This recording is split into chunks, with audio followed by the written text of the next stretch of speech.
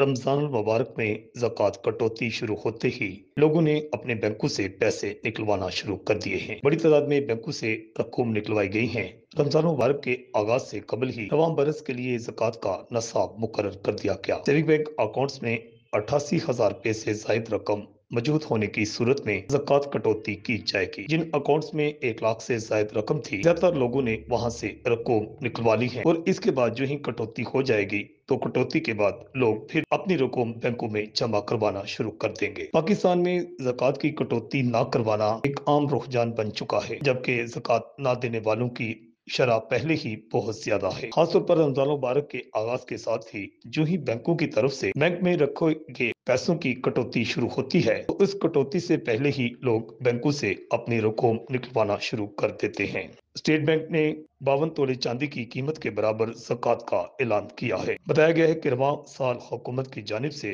ज़कात का निसाब 88,927 रुपए मुकर्रर किया गया है। बैंक सार्फिन से 2.5% के हिसाब से ज़कात की कटौती की जाएगी। हुकूमत के इस फैसला के बाद वो तमाम अफराद जिनके बैंक अकाउंट्स में यकम रमजान को 88,927 रुपए या इससे ज्यादा रकम मौजूद होगी, उनके अकाउंट से आज खुद ज़कात की रकम काट ली जाएगी। रिपोर्ट अल हिजाज न्यूज, लाहौर।